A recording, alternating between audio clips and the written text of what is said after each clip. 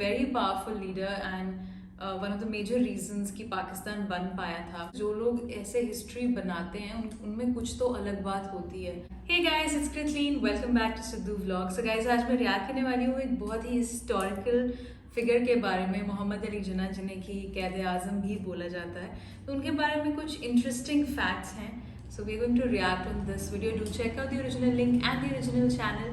یہ تو ہمارے انسٹاگرام ہینڈلز ہے. اگر آپ ہمیں فالو نہیں کر رہے تو جلدی سے فالو کر لیجیے. Let's get into the video without wasting any time.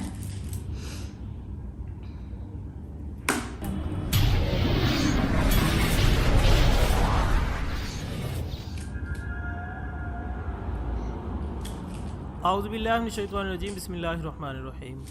Knowledge factory کے دوستو السلام علیکم. ناظرین اکرام, دنیا میں بہت کم لوگ ایسے ہوتے ہیں جو دنیا کا نقشہ بدل کر رکھ دیتے ہیں, اور بانی پاکستان محترم قائد اعظم محمد علی جناح رحمۃ اللہ علیہ, ان کا شمار ایسی ہی گہرے نایاب شخصیات میں ہوتا ہے جو اپنے کام سے دوسروں کے لیے مشعل راہ کا فریضہ سر انجام دیتے ہیں. مثلا قائد اعظم محمد علی جناح جب لندن یونیورسٹی میں تعلیم حاصل کر رہے تھے تو ایک انگریز پروفیسر پیٹر ان سے شدید نفرت کرتا تھا. ایک دن پروفیسر ڈائننگ روم میں لنچ کر رہا تھا تو جناح بھی اپنی ٹرے لے کر اسی ٹیبل پر بیٹھ گئے. پروفیسر کو اچھا نہ لگا اور اس نے جناح سے کہا, کیا آپ کو نہیں پتا کہ ایک پرندہ اور سور ساتھ بیٹھ کر کھانا نہیں کھا سکتے؟ جناح نے پورے اطمینان لہجے میں جواب دیا کہ پریشان نہ ہوں, I should fly to another table, یعنی میں یہاں سے اڑ کر دوسری میز پر بیٹھ جاتا ہوں. خواتین و حضرات, جناح کے اس حاضر جوابی پر پروفیسر کو بہت غصہ آیا اور اس نے انتقام لینے کا فیصلہ کر لیا.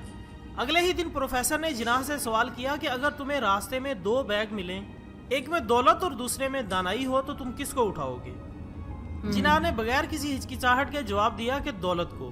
قائد اعظم محمد علی جناح کے اس جواب پر پروفیسر نے طنزیہ مسکراہٹ کے ساتھ یہ جواب دیا کہ میں تمہاری جگہ ہوتا تو دانائی والے بیگ کو اٹھاتا.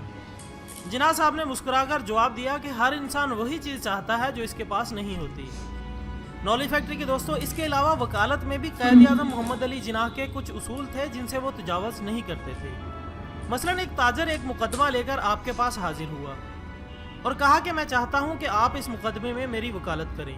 اس تاجر نے قائد اعظم محمد علی جناح سے ان کی فیس پوچھی تو آپ نے فرمایا, میں مقدمے کے حساب سے نہیں, دن کے حساب سے فیس لیتا ہوں. موکل نے دریافت کیا, کتنی فیس؟ قائد اعظم محمد علی جناح نے جواب دیا کہ 500 روپے فی پیشی. موکل نے کہا کہ میرے پاس اس وقت 5000 روپے ہیں, آپ 5000 روپے میں میرا مقدمہ لڑیں.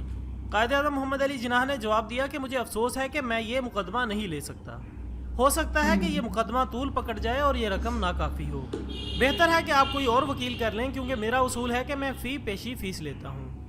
چنانچہ قائد اعظم محمد علی جناح نے اپنی شرط پر مقدمہ لڑا اور اپنی فراست سے مقدمہ 3 پیشیوں میں ہی جیت لیا اور فیس کے صرف 1500 روپے وصول کیے. تاجر نے اس کامیابی کی خوشی میں پورے 5000 روپے پیش کرنا چاہے تو قائد اعظم محمد علی جناح نے جواب دیا, میں نے اپنا حق لے لیا ہے, اور زائد رقم لینے سے انکار کر دیا.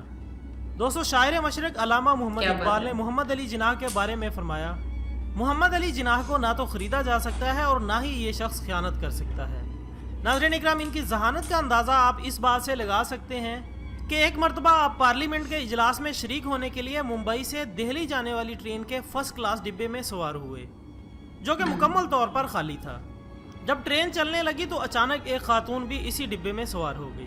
اس کے ہاتھ میں ایک چھوٹا سا بیگ تھا اور وہ ایک خوبصورت اور نوجوان لڑکی تھی. قائد اعظم محمد علی جناح کہتے ہیں, جب ٹرین اپنے سفر کی طرف روانہ ہوئی تو میں اخبار پڑھنے میں مصروف ہو گیا. ابھی چند لمحے گزرنے پائے تھے کہ اس لڑکی نے مجھ سے کہا کہ مجھے 1000 روپے دو ورنہ میں ٹرین کی بریک کھینچ کر چیخوں چلاؤں گی.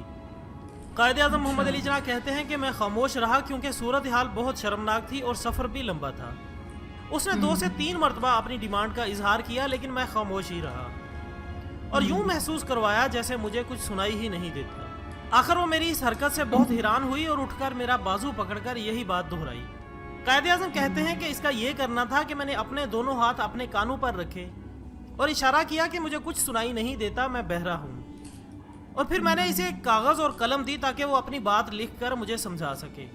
اس نے غصے میں وہ پیپر پکڑا اور لکھ دیا کہ مجھے 1000 روپے دے دو ورنہ میں تم پر عزت لوٹنے کا الزام لگاؤں گی.